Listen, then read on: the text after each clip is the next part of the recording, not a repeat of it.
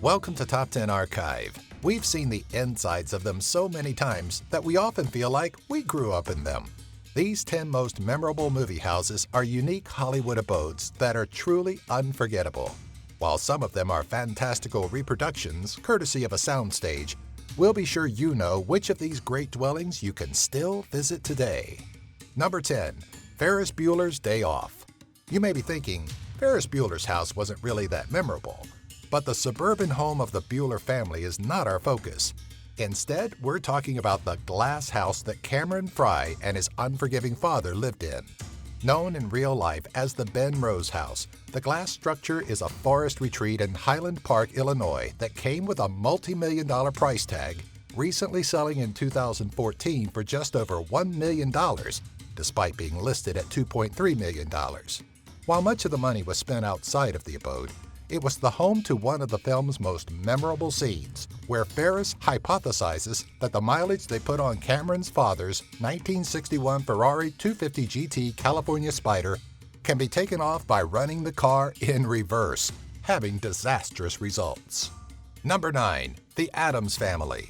Whether you're a fan of the television show or the movies, the Addams Family Mansion at 001 Cemetery Lane has always been an imposing house with an unexpected, creepy attractiveness to it. The striking structure was not your average single-family home, having multiple levels of unkempt madness that sported up to 30 different rooms, including a laboratory, a dungeon complete with torture devices, a bottomless pit, a vault, and a plethora of secret passages and underground tunnels. The original televised home once stood at 21 Chester Place in Los Angeles, California, but has since been replaced by a track and field. Number 8. Halloween, 1978. Iconic music, an unforgettable masked killer, the screaming talents of Jamie Lee Curtis. The original Halloween had it all, including 3 set pieces that horror fans are sure to remember inside and out. It's arguable which of 3 homes lingers in viewers' minds longer, but we have to go with the home that started it all, the blood-soaked Meyer House. Our introduction to the 1890s abode, originally located at 707 Meridian Avenue in South Pasadena, California, was through the eyes of the youthful killer, slinking around darkened rooms before confronting his bare-chested sister with a kitchen knife. The Meyer House became a haunted legend in Haddonfield and one of Hollywood's most memorable homes. Unfortunately, the actual structure has since been moved and turned into a chiropractor's office. Number 7. House on Haunted Hill, 1959. The 1999 remake of the Vincent Price classic House on Haunted Hill may have largely taken place in an old asylum, but the original stayed true to the name and unfolded entirely in a haunted house on a hill, or rather a house on a haunted hill. Either way, the location of the Mayan-inspired Ennis Brown house proved to be the perfect site for William Castle's spooktastic horror romp of 1959 and remains a horror icon today. The house still stands at 2607 Glendower Avenue in Los Angeles, California, though has since achieved landmark status. You can still observe it from afar and remember iconic scenes from inside the house, such as the old gray-haired spook that threw early Scream Queen Carolyn Craig into a screeching fit. Number 6. The Amityville Horror.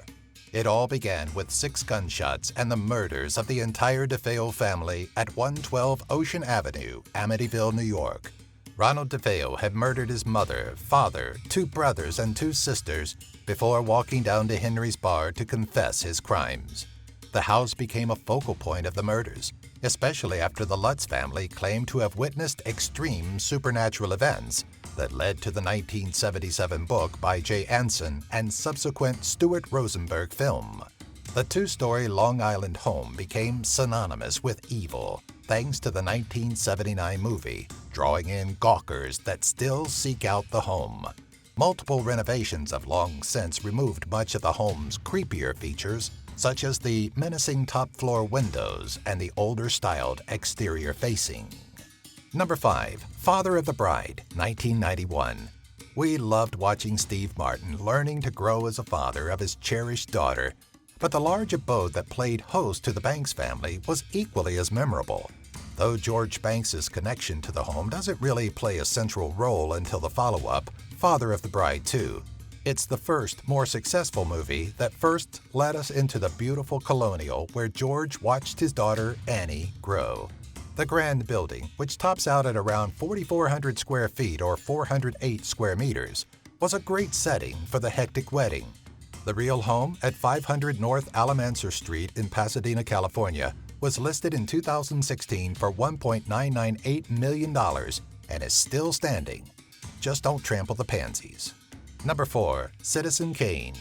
The 1941 classic Citizen Kane follows the legacy of Charles Foster Kane, a wealthy newspaper publisher with an affinity for his childhood sled, and a home that some would immediately think belongs to Count Dracula.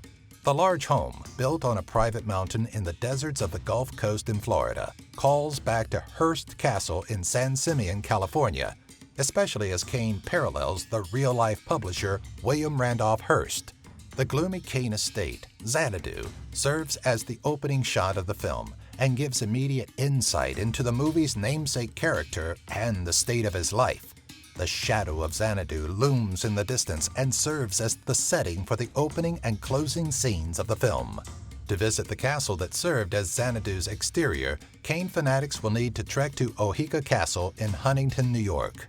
Number 3. National Lampoon's Christmas Vacation. Many homes wind up taking the center stage of Hollywood-themed movies, such as the humble Parker home of A Christmas Story. But the Griswold home of National Lampoon's Christmas Vacation is about as memorable as they come. From the squirrel chase to the climactic Christmas close, we get a full tour of the Griswold household and get to soak in every bit of the 80s that decorate the studio-built interior. That's right. To relive the best moments of the Griswold holiday and recapture the beauty of this suburban abode, you'll be traveling to the Warner Brothers Ranch backlot in Burbank, California. Number 2. Psycho. While the iconic stretch of motel rooms stole the show of Alfred Hitchcock's 1960 horror thriller Psycho with one chocolate syrup-filled scene, the looming Victorian completes and amplifies the uneasy personality of Norman Bates, portrayed by Anthony Perkins.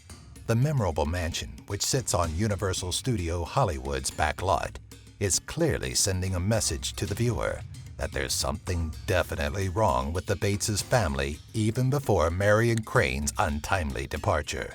From Perkins's voice echoing from the top floor screaming about blood, to a mother that we assume is real, to the film's big reveal, the Psycho house adds the perfect backdrop to Hitchcock's masterpiece.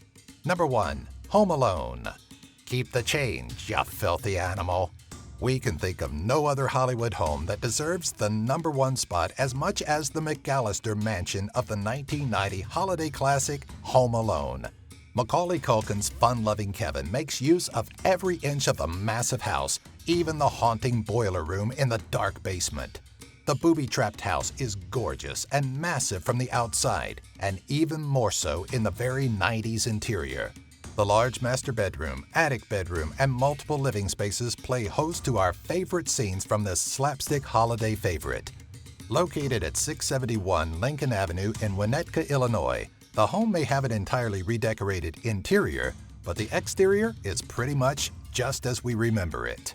Hey everyone, thanks for watching. If you'd like to see more videos like this, be sure to visit and sign up with our friends at Geek Fuel by using our affiliate link found in the description section. For just $20 a month, you'll receive at least $50 worth of geeky stuff that you'll actually use. Each box comes with a t-shirt you'll actually want to wear and a free Steam game download, usually valued at $10 or more. Don't miss out on this monthly box that Stan Lee himself endorses. Be sure to subscribe to our channel to keep updated on more lists like these, box openings, and giveaways. Bueller, Bueller, Bueller, Bueller. He's sick.